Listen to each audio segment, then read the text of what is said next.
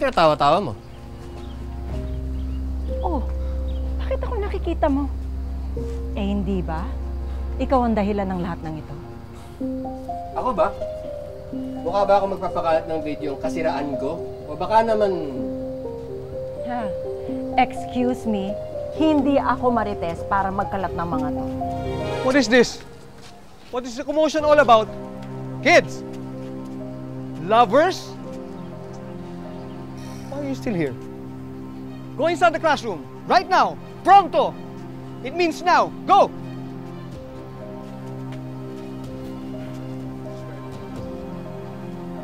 And the both of you, I want to talk to you, pronto, as in now!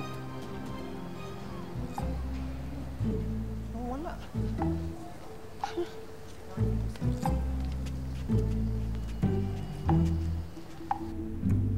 Victor! Tonette! I am so disappointed in the both of you. Hindi ako hihinto, Mark. Hindi ako tatahimik hanggat hindi mo pinapaalis tong si Victor dito. Alis. Hindi natin pwedeng paalisin si Victor ng ganun lang. Firstly, wala naman siyang conviction. It's wrongful termination kung papaalisin natin siya without due cause. It's bad for our school's reputation. Mapapasama pa ang makahay pag ginawa natin yan. Kung hindi mo to kayang parusahan, o kami mag-uwelga. Tayo, kami mga guro ang mag-uwelga at ikaw ang paaalisin namin. Oh.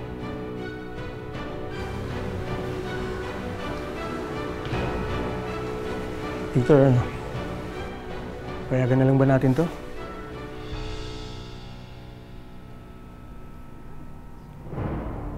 Tonette, magsusorry ako at tatanggap ng kahit anong parusa.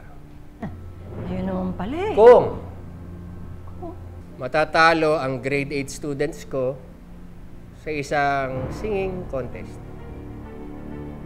Bakit natatakot ka? Hindi ah. Call. Sige. Pag matalo namin kayo, magsusorry ka at tatanggap ka ng parusa. Pero bilang siya nang pumili kung anong gagawin, akong pipili kung sino sa klase niya ang kakanta.